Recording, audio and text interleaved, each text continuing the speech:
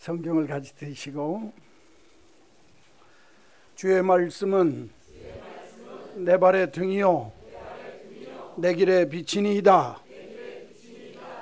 이 주의 말씀이 여러분 인생 속에 등불이 되시고 빛이 되셔서 생명의 길, 은혜의 길, 축복의 길 걸어가는 저와 여러분 되시기를 간절히 소원합니다.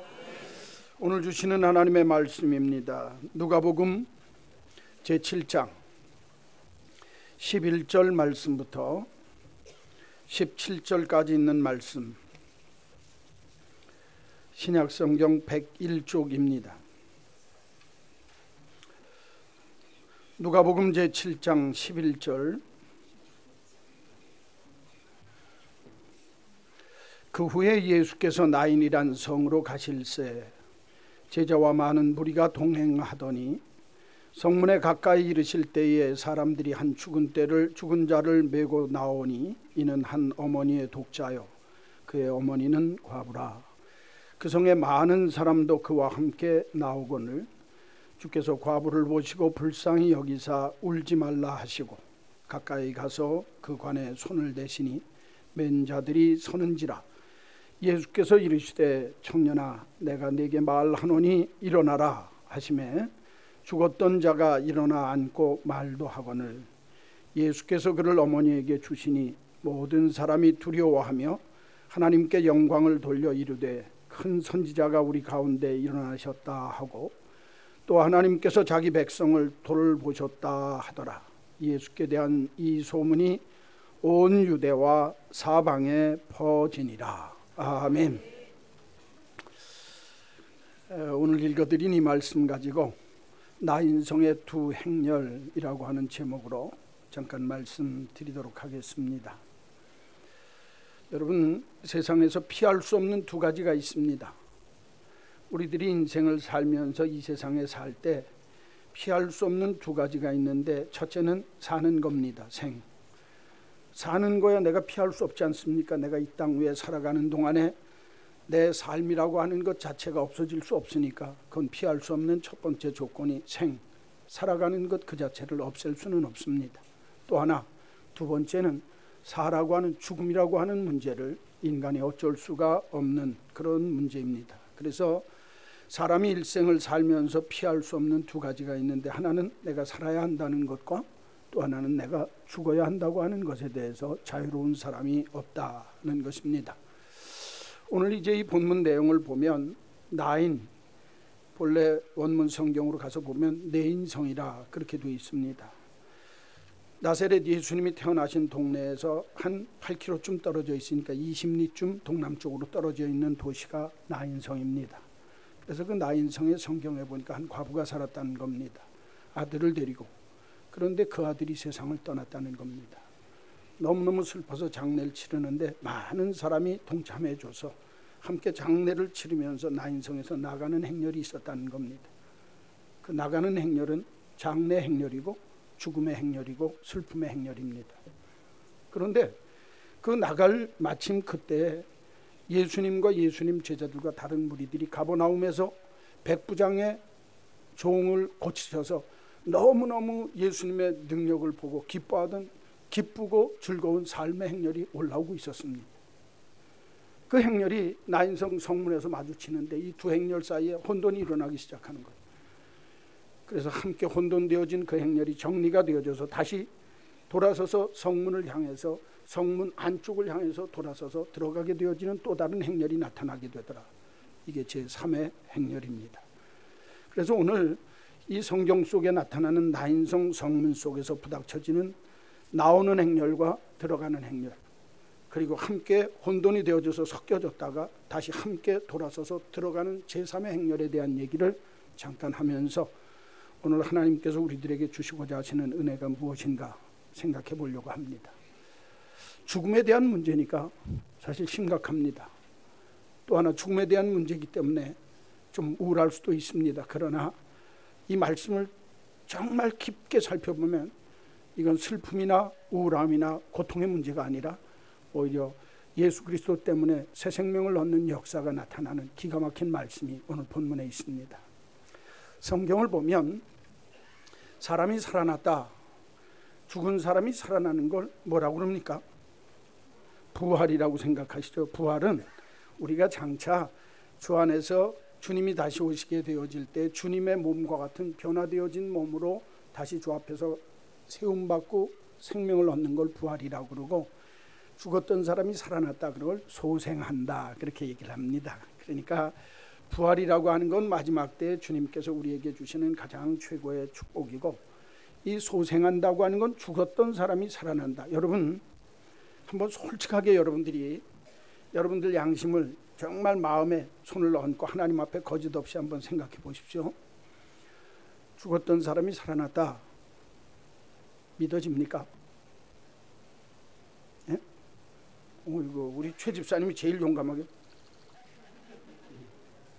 솔직한 마음이에요. 그렇죠? 자, 죽었던 사람이 살아났다. 믿어집니까? 이제 의견이 갈라지기 시작해서 믿어집니다. 아니요. 우리가 믿음 생활을 하면서 정말 솔직하게 나는 성경에 죽었던 사람이 살아났다고 그러니까 내가 그냥 그대로 그렇게 믿어줘야 될 것 같아서 믿는 거지, 진짜 여러분들이 갖고 있는 이성이나 여러분들이 갖고 있는 지식으로 죽었던 사람이 살아났다 믿어집니까? 양심적으로 얘기하세요. 그러니까 성경은요, 성경에서 말씀하니까 믿는 사람이니까 믿는다고 얘기하는 경우가 많이 있습니다. 그렇죠?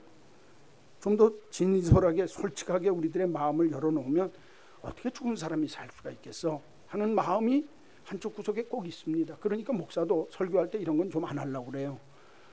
좀 윤리적이고 도덕적이고 그냥 세상적인 얘기를 이렇게 해갖고 하면 이게 얼마나 좋고 쉬워요. 이건 내가 믿지 않으면 못하는 설교입니다. 죽었던 사람이 살았다. 성경에 7번이 나옵니다. 엘리야 때 사르밧 과부의 아들이 죽었다가 엘리야가 기도함을 통해서 살아납니다. 엘리사 때 수넴 여인이, 엘리사를 잘 떠받들던 수넴 여인이 자기 아들이 죽으니까 그 죽은 아들을 위해 이렇게 올라타고서 기도해주고 안수해줬더니 죽은 자가 살아났어요. 그게 예수님 오시기 900년 전 사건입니다. 그러니까 구약시대 때 죽었던 사람이 살았다 하는 건 성경에 기록되어진 건 몇 개밖에 없어요? 2개밖에 없어요. 그리고 예수님 당시에 예수님이 공생의 3년 동안에 3사람을 살립니다. 회당장 야이로의 딸, 그렇죠? 죽었는데 예수님이 가셔서 소녀야 일어나라, 달리다굼, 그 달리다굼 사건, 소녀야 일어나라 그러면서 죽은 자를 살리세요. 그게 첫 번째입니다. 두 번째는 뭐냐?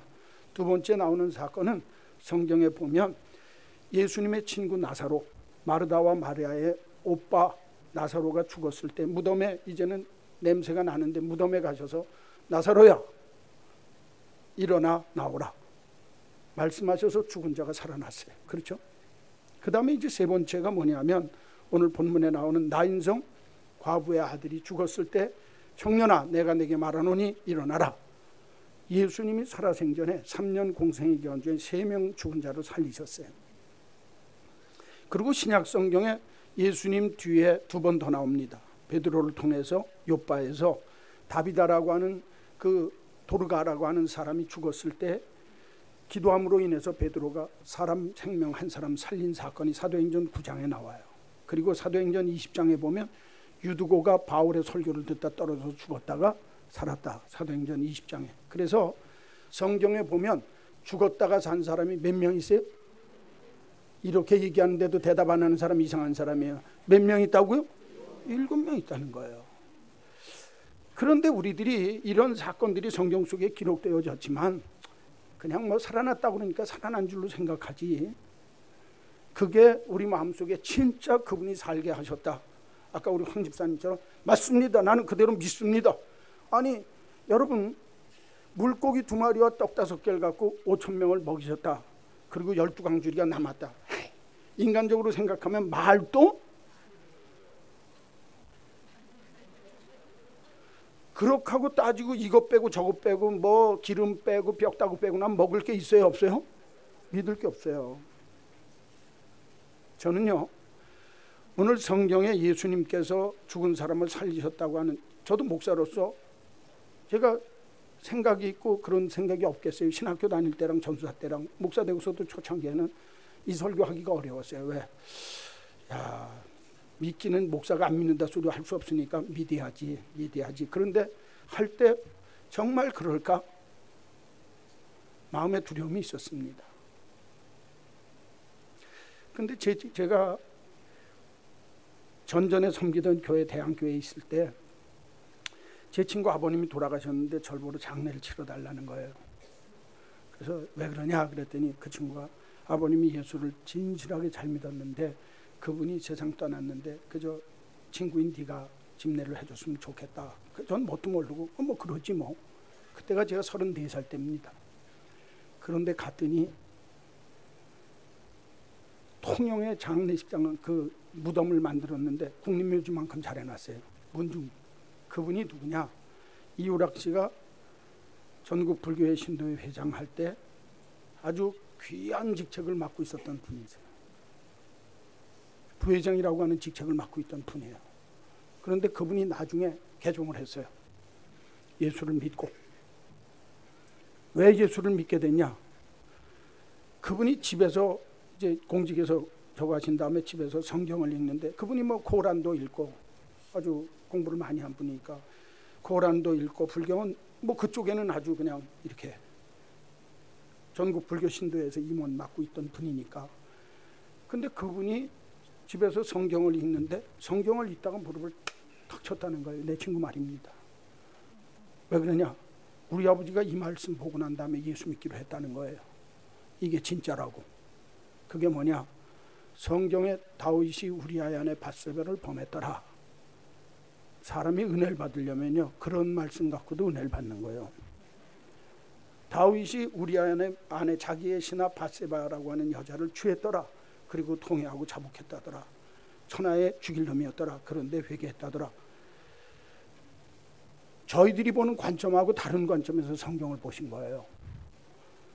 다른 종교 창시자들은 다 보면 그 종교 창시자들의 부모나 조상들을 다 좋게 미화시켜 놨는데 예수님의 조상 중에 다윗이 있는데 그 다윗 왕이 이렇게 엉뚱하고 인간적으로 해서는 안 될 몹쓸 짓을 한 내용이 성경 속에 기록되어 있더라는 거예요. 자기가 여러 경전들을 읽어봤는데 그런 거 기록된 게 없더라는 거예요.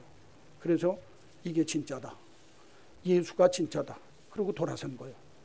그러면 집에서부터 예수 믿기 시작하는 거예요. 성경을 얼마나 많이 보신지 몰라요.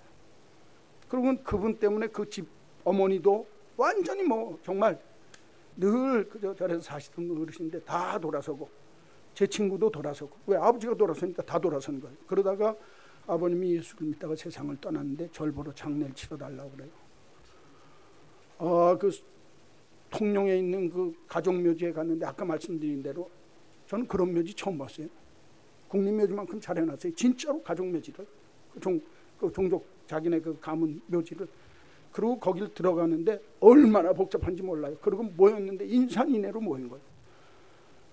나중에 보니까 그분이 다른 종교에서 그렇게 지도자적인 위치에 있었으니까 거기 온 사람들이 거의가 다 하던 분들입니다. 그러니 야 이거 정말. 그런데 절 보러 34살 된 목사한테 집례를 해달라고 그러면 뭣도 몰랐죠. 가서 집례를 하는데 보니까 그렇게 된 거예요. 제가 왜 이 말씀을 드리냐면 여러분 저는 이 나인성 과부의 사건을 읽으면서 읽을 때마다 내가 예수 믿길 잘했다 그 생각이 듭니다. 나는 예수 이것 때문에 믿어야 되고 내가 예수 믿길 잘했고 이것 때문에 내가 예수 더 잘 믿어야 되겠다 그 마음이 자꾸 듭니다. 여러분 성경 속에 한 번도 아니고 7번씩이나 죽은 자를 살게 하시는 하나님의 능력에 대한 말씀이 나와요. 그렇죠? 신앙은요 내 머리로 믿는 게 아닙니다. 믿음에는 언제나 초월이라는 게 있어요. 내 머리로 믿는 건 상식입니다. 내 머리를 뛰어넘는 초월적인 요소가 있는 게 믿음입니다. 그러니까 믿음은 못 믿을 걸 믿는 게 믿음이요. 믿음은 바라는 것들의 실상이요 보지 못한 것들의 입으로만 믿지 마세요. 한번 따라서 합시다. 믿음은 바라는 것들의 실상이요. 내가 바라는데 그게 진짜가 되는 거예요. 내가 마음으로 원하는데 그게 실상으로 나타나는 거예요. 안 보이는 겁니다. 보지 못한 것들의 뭐예요? 증거예요. 그러니까 믿음은 내가 보지 못했는데 증거로 나타나요. 내가 바라는 것들의 실상으로 실제 리얼리티로 내 삶에 나타나는 거예요. 그러니까 믿음이 뭐냐? 한마디로 하면 리듬 박자 맞춰서 그대로 따라서 하세요. 못 믿을 걸 믿는 거. 리듬 박자를 맞추셔야 돼요. 두드리면서 시작. 못 믿을 걸 믿는 거. 믿음이 뭐예요? 한마디로 얘기하면 그겁니다. 그러니까 이 말 뜻 속에는 뭐가 들어있냐면 믿음이 뭐냐? 내가 이성적으로 믿을 거 믿는 사람은 다 믿어요. 안 믿어지는 역사가 있다는 거예요. 기적도 있고 죽은 사람이 사는 것도 있다. 할렐루야. 저는 이 성경을 볼 때마다 나인성 과부의 이 얘기를 들을 때마다 야, 내가 예수 믿길 잘했다. 죽은 사람도 살리는 하나님이라면 내 삶의 모든 문제도 해결해 주실 줄로. 여러분, 죽는 문제를 해결했는데 뭐가 문제입니까? 그래야 부활하신 주님을 믿을 수 있는 거예요. 부활하신 주님을 믿는다고 하면서 죽은 사람을 살게 했다, 이게 안 믿어지더라. 그건 아직도 믿음이 내 상식적인 선에서 그쳐져 있는 거예요. 신앙은 내가 생각하는 것 이상의 것이 있어요. 왜? 하나님은 초월적이시니까. 그러니까 내가 믿는 하나님을, 초월적인 그 하나님을 믿지 못하면 신앙이라고 하는 건 늘 상식적이고 거기서 벗어나질 못하니까 내가 늘 낙심하는 거예요. 왜? 내 머리 이상 믿지 못하니까. 믿음이 뭐라고요? 리듬 박자를 맞춰서 시작. 믿음이 그거예요. 그러니까 내 머리는 안 믿어지는데 성경 속에 있으니까 내가 믿는 거예요. 약속이니까, 말씀이니까.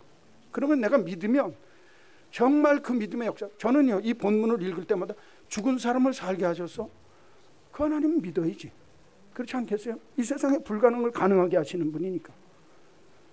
여러분, 그렇지 않으면 내가 내 머리로만 생각되어져서 내 머릿속에만 있는 하나님의 능력이고 하나님의 은혜라고 생각하면 뭘라고 하나님 믿습니까? 내 머리로 다 따지고 계산하고 살지. 굉장히 중요한 얘기예요, 이 얘기는. 그러니까 오늘 우리 한마음교회 믿음의 식구들은 믿음 생활을 할 때 내 생각과 내 이성을 초월하는 하나님의 능력이 있다. 할렐루야.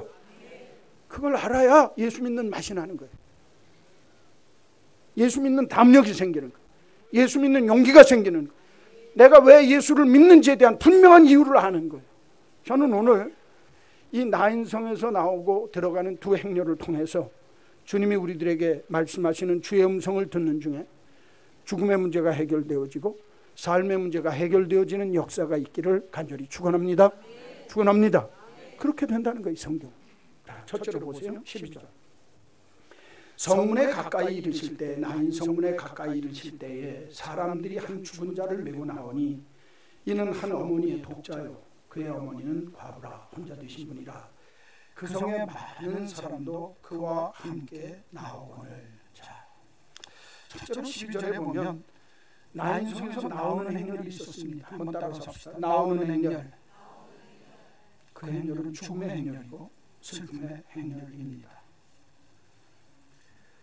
인생을 살면서 죽음이야말로 인간에게 가장 큰 두려움을 가져다주는 문제입니다. 더군다나 오늘 성경에 보면 나인성에 한 어머니가 있었는데 그 어머니가 혼자 된 몸이라는 거예요. 그렇죠? 그러니까 이 혼자 되었다라고 할 때 우리는 과부라 그렇게 얘기를 합니다. 남편을 사별해서 혼자 되었든지 아니면 병으로 인해서 혹은 정말 내가 어떤 가정에 문제가 있어서 혼자 되었든지 혼자 되었다라고 하는 연애에 대한 문제는 성경은 언제나 외롭다는 거예요.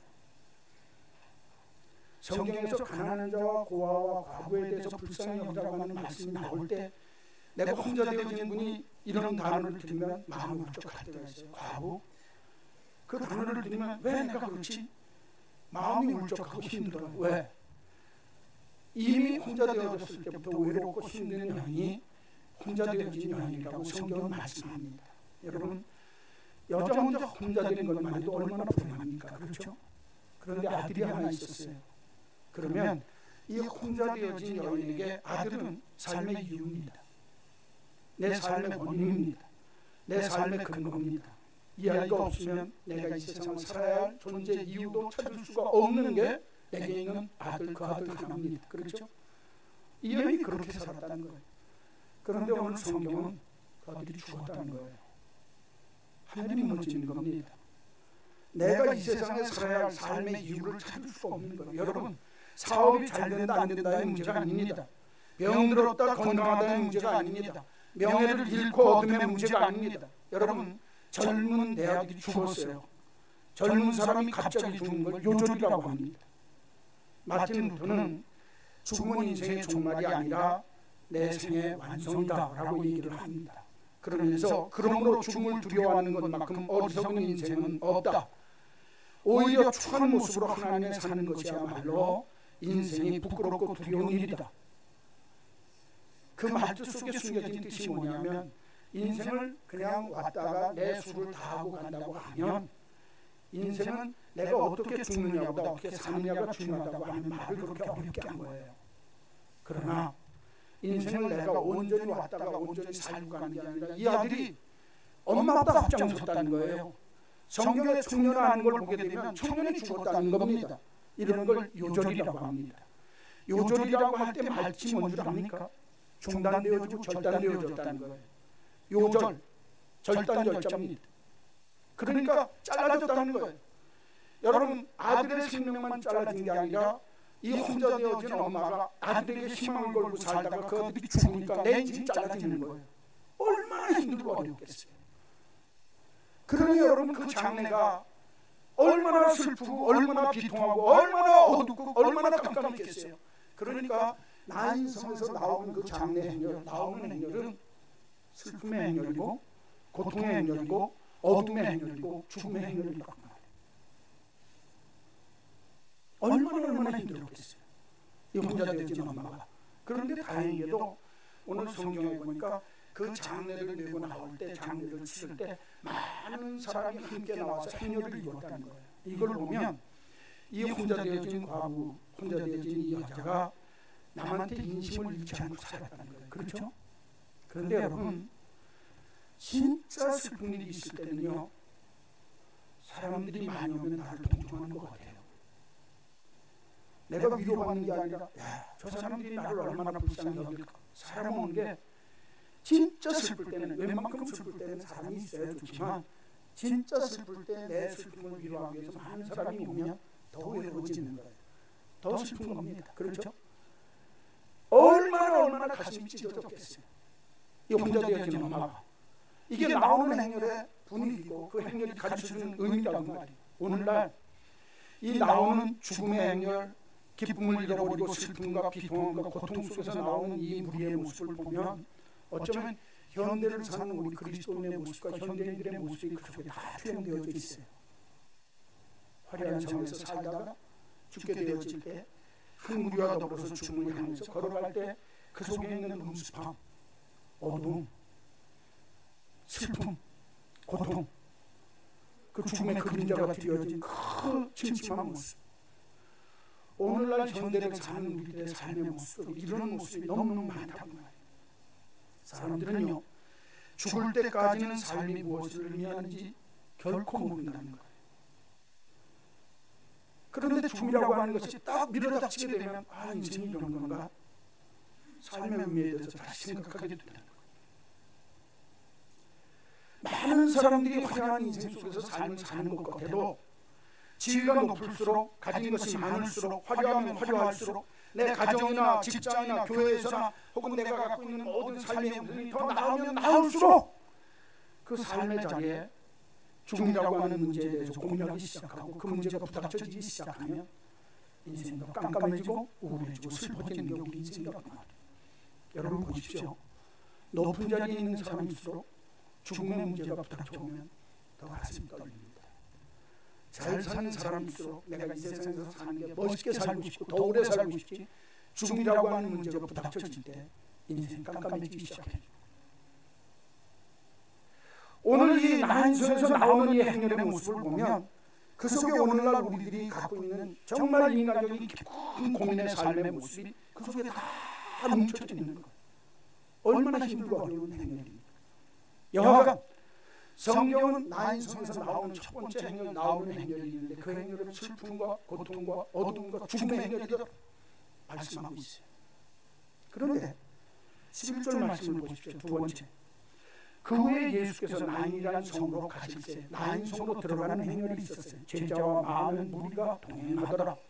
예수님과 더불어서 제자들과 함께 많은 무리가 들어가요. 그런데 여기 보세요.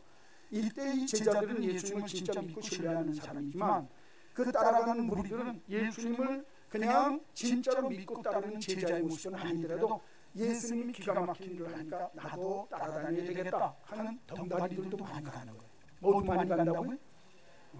여기 예배당에 오늘 오신 분 중에도 진짜 예수 믿는 분이 있지만 덩다리들이 대부분 계세요. 내가 보면 뭐 어머니가 오라고 그러니까 그냥 아내가 가자고 그러니까 내가 어쩔 수 없이 간다. 그러니까 네가 뛰니까 나도 뛰는 거예요. 안 가면 또 불편할 것 같으니까 아이고 마누라 때문에 간다. 아유 그냥 오늘 쉬어서 추웠겠는데 쉬었으면 좋겠는데 그래도 가자고 그러니까 간다. 한두 분 정도 있을 수 있어요. 어떤 분은 또 남편이 가자고 그러니까 고학교 가고 아이고 나는 안 가도 되는데 저 아이고 가자고 그러니까 가정평화 위해서 간다. 엄마가 가자고 그러니까 그런 걸 뭐라고 하면 덩다리라고 그래요. 예수 덩다리가 여기 대부분이 계세요. 그죠? 실실 웃는 분 중에 내가 누군지 다 아는데 내가 눈을 마주치면 부끄러울까 봐 내 눈을 안 마주치는 거예요. 내가 알거든요. 저기도 하나 있구나. 덩다리들이 다 있어요. 교회 안에.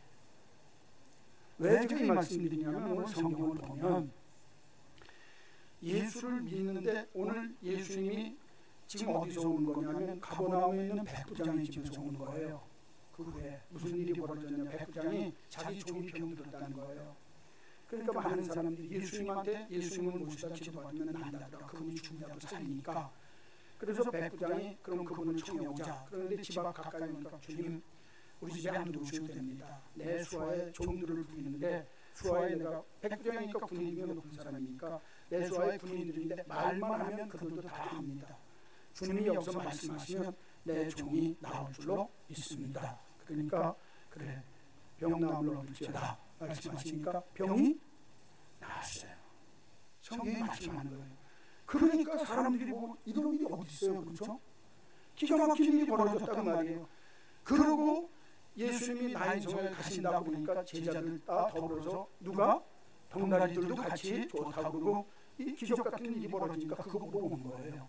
그러니까 여러분 얼마나 한번 눈을 감고 한번 생각을 한번 해보세요. 나인성 성문이 있어요. 한쪽에는 과부가 자기 아들이 죽어서 슬픔과 죽음의 장례 행렬이 쫙 내려오고 있는데 이쪽에서는 예수님이 뭘 일으켰어요? 기적을 일으켜서 병든 자를 가시지도 않고 말씀만 하셨는데 나았어요. 이만한 믿음을 볼 자가 없느니라. 기가 막힌 믿음을 가져도 백부장을 칭찬하고 그런 역사를 본 사람들이 보무당당하게 올라오는 거예요. 그러니까 들어가는 행렬, 예수님의 행렬은 기쁨의 행렬입니다. 문제 행렬을 보는 행렬입니다. 그렇죠? 거기서 끝나지 않습니다. 죽으려고 했던 종이 살아났습니다. 생명의 행렬이라고 말해요. 잘 들으세요. 오늘 성경을 통해서 우리에게 주시는 메시지가 하나 있어요. 예수가 있는 곳엔 생명이 있다. 할렐루야. 요한일서 5장 11절 말씀에 보면 이렇게 되어 있습니다. 아들이 있는 자에게는 뭐가 있고 생명이 있고 아들이 없는 자에게는 뭐가 없느니라? 생명이 없느니라. 아들이 있고 예수 그리스도가 있는 자리에는 생명 역사가 있고 아들이 없고 예수 그리스도가 없는 자리에는 생명이 없느니라. 예수와 더불어 살면 생명 역사가 일어난다. 성경을 가르쳐주고 있어요. 그러면 그 생명 역사는 백부장의 식구들만 사는 게 아니에요. 주변에 있던 사람들도 살게 하는 겁니다. 그렇기 때문에 생명 역사는 나만 사는 게 아니라 누구도 살아요? 너도 살아요. 우리가 사는 거예요. 저는 오늘 우리 한마음교회 나온 믿음의 식구들은 이 세상의 삶을 살면서 내가 걸어가야 할 행렬이 여러분 죽음의 행렬이라고 하는 게 누가 원해서 온 게 아니잖아요. 그렇죠?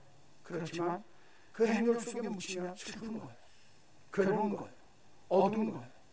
그런데 예수님과 더불어가는 생명의 행렬이 같이 되어지면 기쁜 거예요. 소망이 있는 거예요. 문제가 해결되어지는 기가 막힌 역사가 일어나는 것이 나인성을 향해서 들어가는 행렬이라는 말이에요. 여러분들은 인생을 살면서 이 두 행렬 중에 어느 행렬에 소속되기 원합니까? 얘기할 거 없어요. 예수 생명 행렬. 저는 여러분들에게 예수가 있기를 주의 이름으로 축원합니다. 생명이 있기를 주의 이름으로 축원합니다. 여러분들의 삶의 자리에 하나님이 내 문제를 예수 그리스도를 통해서 해결해 주셔서 얼마나 기쁘고 즐거운지 모르겠다. 당당하게 내가 살던 삶의 자리를 향해서 멋지게 들어갈 수 있는 그런 복된 행렬의 주인공이 되시기를 주님의 이름으로 간절히 축원합니다. 세 번째 행렬이 있어요. 그런데 그 행렬이 뭐냐? 죽음의 행렬이 나오고 있었어요. 그렇죠? 예? 생명의 행렬이 들어가고 있었어요. 어디서 만났어요? 정문에서 만났어요. 그러고 만나고 그냥 스치고 지나가면 되는데 참 묘한 게 생명과 죽음은요 그냥 지나갈 수가 없어요. 이게 섞어지게 되어 있다 그 말이에요. 거기에 누가 있으면 예수님이 계시면. 세 번째 행렬이 있는데 함께 돌아오는 행렬입니다. 어디로 돌아가냐면 나오던 그 죽음의 행렬이 들어오던 예수님의 생명의 행렬과 딱 만나버리니까 섞여졌다가 예수님이 거기에 개입하시면서 혼돈이 일어나고 혼란이 일어났다가 그 다음번에는 딱 돌아서서 딱 성문을 향해서 다시 들어가는 행렬이 되고 말았다 그 말이에요. 한번 따라서 합시다. 함께 들어가는 행렬. 어떤 행렬이 되었어요? 함께 들어가는 행렬이 되었어요. 여러분이 함께 들어가는 행렬은 겉으로 보이기에는 혼돈의 행렬이고 혼란의 행렬이지만 실속 그 안의 내용을 보면 영광의 행렬입니다. 성경 보십시오. 16절에 보니까 모든 사람이 뭐하여? 두려워하며 하나님께 뭐하여? 영광을 돌려 이르되 큰 선지자가 우리 가운데 일어나셨다 하고 또 하나님께서 자기 백성을 돌보셨다. 야, 이게 세상에 이런 일이 있어? 큰 선지자가 나타났구나. 하나님이 우리 백성을 돌보시지 않고 이런 일이 일어날 수가 없어 하는 기가 막힌 역사가 그 중간에서 일어나게 됐다. 성경은 기록하는 거예요. 그게 13절에서 17절입니다. 13절부터 16절만 제목입니다. 주께서 과부를 모시고 혼란이 일어나는 장면이 나타나는 거예요. 불쌍히 여기사 울지 말라 하시고 가까이 가서 그 관에 손을 대시니 맨 자들이 서는지라. 예수께서 이르시되 청년아 내가 네게 말하노니 일어나라 하시매 죽었던 자가 일어나 앉고 말도 하시거늘 예수께서 그를 어머니에게 주시니 모든 사람이 두려워하며 하나님께 영광을 돌려 이르되 큰 선지자가 우리 가운데서 일어나셨다 하고 또 하나님께서 자기 백성을 돌보셨다 하더라. 할렐루야. 여러분이 함께 돌아가는 그 행렬 혼돈이었지만 나중에 하나님께 영광을 돌리는 행렬로 변화되어진 그 이유가 뭐냐? 그 안에 예수님의 역사가 있는 거예요. 오늘 말씀드리는 핵심이 이겁니다. 여기 보세요. 오늘 말씀을 잘 읽어보면 예수님이 들어가시다가 나오는 행렬과 딱 부닥치는데 예수님이 보니까 성경에 보니까 그 관을 보시고 그 청년의 죽은 관 메고 나온 걸 보시고 성경에 뭐라고 했어요? 불쌍히 여기사. 그 과부를 보시고 불쌍히 여기는 마음이 주님에게 생겼다는 거예요. 그래서 울지 말라 말씀하시는 거예요. 첫째, 함께 돌아가는 이 영광의 행렬을 만드시는 예수님의 모습을 보면 오늘 우리들에게 너무너무 기가 막히는 말씀이 있어요. 얼마나 가슴이 찢어졌겠어요. 이 혼자 되어진 이 여자가 아들이 죽었으니 그럴 때 주님이 이 과부가 나를 도와달라 소리도 안 했습니다. 그렇죠. 성경 보십시오. 그런데 주님이 그 혼자 되어지고 아들 죽은 그 여인을 보면서 보시고 불쌍히 여기셨다. 이 불쌍히 여겼다고 하는 말뜻이 스프랑콘 니조마이라는 뜻인데 그 원문에 가서 보면 그 뜻이 뭐냐? 창자가 끊어지는 아픔을 가지고 그 여인을 봤다는 거예요. 이게 불쌍히 여긴다는 거예요. 불쌍히 여긴다고 하는 말뜻이 애간장이 끓는다는 거예요. 내 예수님의 창자가 끊어지는 아픔으로 그 여인의 아픔에 동참하고 불쌍히 여기는 마음으로 공감했다는 거예요. 여러분 이 말씀 속에 복음이 있습니다. 내가 주님께 요청하지도 않았는데 주님이 나를 보시고 나의 불쌍히 여기 내가 얼마나 내 처지가 힘들고 어려운지 나를 주님이 아시더라. 그리고 그 아픔을 보시고 그분이 나와 함께 공감하시면서 창자가 끊어질 듯한 심장이 터질 것 같은 마음으로 나를 안아주시더라. 예수님이 그러세요. 여러분 우리가 부부지간에 이렇게 살 때 여보 사랑해 그럼 가슴이 와닿지도 않아요. 이게 무슨 영혼 없는 소리로 사랑의 소리 하면 기분 나빠요. 그렇죠. 욕하는 것 같아요. 여보 사랑해 그러면 잘 몰라요, 사랑의 정도를. 근데 여보, 나는 당신을 보면 가슴이 뭉클해. 나는 당신만 보면 내 심장이 두근두근 뻥뻥 한다는 거예요. 그러면 그게 전달이 돼야 안 돼요? 기가 막히게 전달이 돼요. 오늘 예수님이 이 혼자 되어져서 아들을 잃은 그 아픔에 가슴을 두근두근 하면서 다가오셨다는 거예요. 얼마나 마음. 여러분 잘 들으세요. 오늘도 여러분과 제가 이 세상에서 감당할 수 없는 슬픔 속에 있을 때 내가 주님에게 외치기 전에 주님은 나를 불쌍히 여기셔서, 그분이 나를 불쌍히 여기셔서 내게 찾아오셔서 울지 말라. 그냥 단순한 울지 말라고 하는 말이 아니에요. 그 말 속에 능력이 있어요. 울지 말라. 나라, 울지 마라. 가슴 속에 있는 그 뜨거움과 가슴 속에 있는 너를 향한 큰 사랑이 그대로 전달되는 거예요. 울지 말라. 그냥 단순한 말이 아니에요. 저는 오늘 이 자리에 찾아오는 우리 한마음교회 믿음의 식구들이 어떤 어려움과 고통 속에 있다 할지라도 주님이 찾아오셔서 내가 네 마음을 안다. 울지 마라. 정말 슬플 수밖에 없고 어둠의 그림자가 내 삶에 비춰지고 고통이 있고 외로움이 있고 이제는 정말 내 삶의 그림자가 이제는 세상 모든 절망이 다 끊어진 그 순간에 주님이 찾아오셔서 그걸 가시는 거예요. 여러분에게 이 불쌍히 여김의 역사가 있기를 간절히 축원합니다. 울지 말라. 주님이 그냥 말씀으로 의미 없고 정말 영혼 없는 말로 하는 것이 아니라 내 가슴 속에서 내 아픔과 내 고통에 내가 공감한다라고 하시면서 하시는 이 울지 말라는 이 음성이 여러분들에게 들려지기를 간절히 소원합니다. 거기서 끝나지 않아요. 그리고 주님이 관에 손을 대신다는 거예요. 여러분, 이스라엘 사람들은 죽은 시체라고 하는 건 부정한다고 해서 가까이 안 합니다. 그런데 주님이 그 당시에 관에다가 이렇게 해서 뚜껑이 없는 이 관에다 밀고 나가서 매장을 하거든요. 이스라엘 유대 법인. 근데 그 관에다 손을 대셨다는 거예요. 여러분, 이게 그 주님이 내가 고통받는 그 문제에 직접 개입하셔서 손을 대시더라. 할렐루야. 얼마나 귀한 아시네요. 슬픔의 행렬, 죽음의 행렬이 변해서 영광의 행렬이 되려고 한다면 주님이 내 문제에 손을 대셔야 돼요. 여러분의 썩은 관과 같이, 여러분의 정말 안에서 냄새나는 것과 같이 내 인생의 가장 비천한 그 자리에 주님이 친히 손으로 어루만지셔서 문제에 개입하는 역사가 있기를 주님의 이름으로 간절히 축원합니다. 이게 귀한 거예요. 그렇게 되면, 그러면서 주님이 뭐라고 하신 줄 아세요? 청년아, 내가 네게 말하노니 일어나라. 소년아, 일어나라. 죽은 나사로야, 일어나, 걸어라, 나오라. 말씀하실 때 죽은 자가 살았어요. 그냥 명령하시는 게 아니에요. 권위가 있고 구원하시고 살게 하시는 능력을 가지신 주님의 능력의 말씀이 그에게 임하게 될 때 청년이 일어나 앉고 그 어미에게 돌아가는 역사가 일어나더라. 할렐루야. 말씀이 내 안에서 역사하면 죽은 자가 사는 거예요. 주님이 문제에 개입하시고 말씀으로 역사하셨더니 그 사람이 살아나더라. 슬픔이 변하여 뭐가 됐어요? 기쁨이 됐어요. 고통이 변하여 뭐가 됐어요?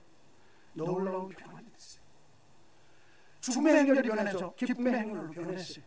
예수 생명의 행렬로 변했어요. 여러분, 세상에서는요, 흙탕물하고 맑은 물이 합쳐지면 무슨 물 돼요? 아니, 그걸 가르쳐줘야 돼요. 다시 한번. 흙탕물하고 맑은 물하고 합쳐졌어요. 그럼 무슨 물이 돼요? 어이구, 잘 아시네. 세상에서는요, 죽음하고 생명이 만나면 죽는 거예요. 빛하고 어둠하고 만나면 어둠 속에 묻혀지게 되는 게 세상입니다. 그러나 예수 안에 들어오면 어둠하고 빛하고 합쳐지면 뭐가 돼요? 빛이 돼요. 절망하고 소망이 합쳐지면 뭐가 돼요? 소망이 돼요. 고통과 기쁨이 합쳐지면 뭐가 돼요? 기쁨이 되어져. 오늘 성경이 가르치는 게 바로 그거예요.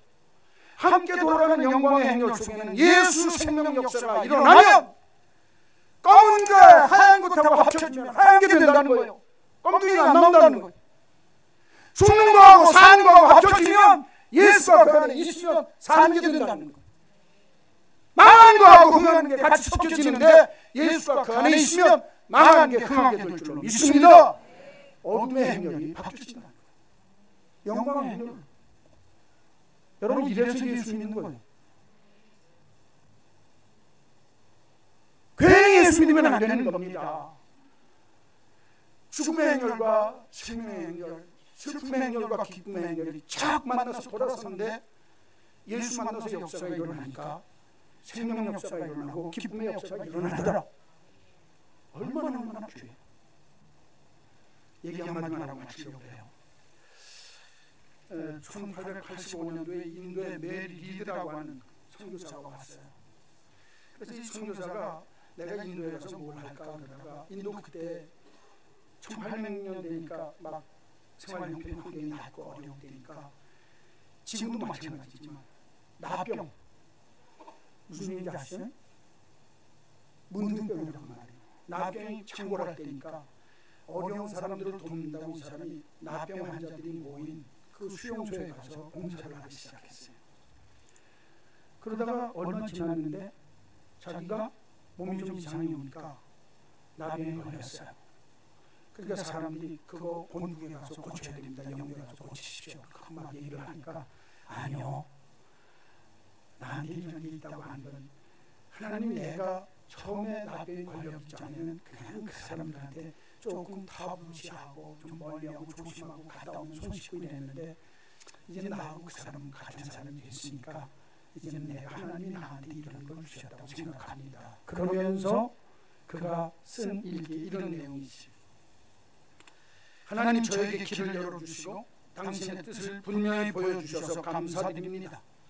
당신의 뜻을 모르고 나약하여 쉽게 다가갈 수 없었던 이들에게 저를 내줄 수 있도록 나병을 주셔서 감사합니다.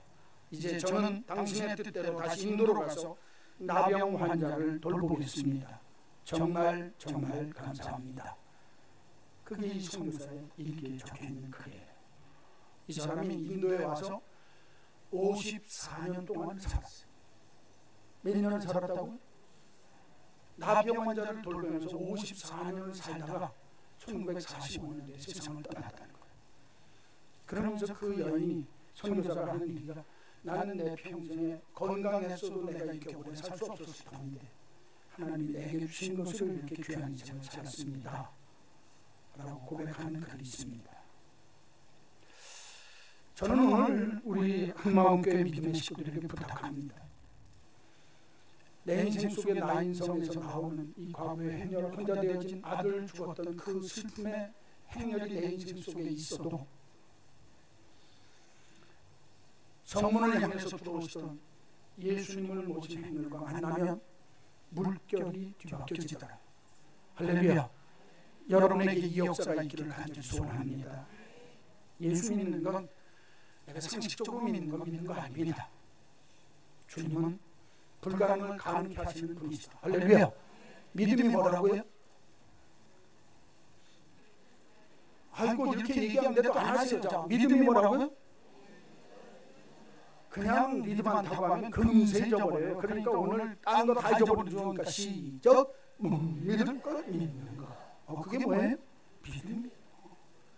죽은 자를 살게 하시는 그분이 오늘 내 생명 속에 이런 역사를 이루어 주실 줄로 이 역사가 있기를 주의 이름으로 간절히 축원합니다. 축원합니다. 찬송가 143장 부르시면서 성찬하겠습니다.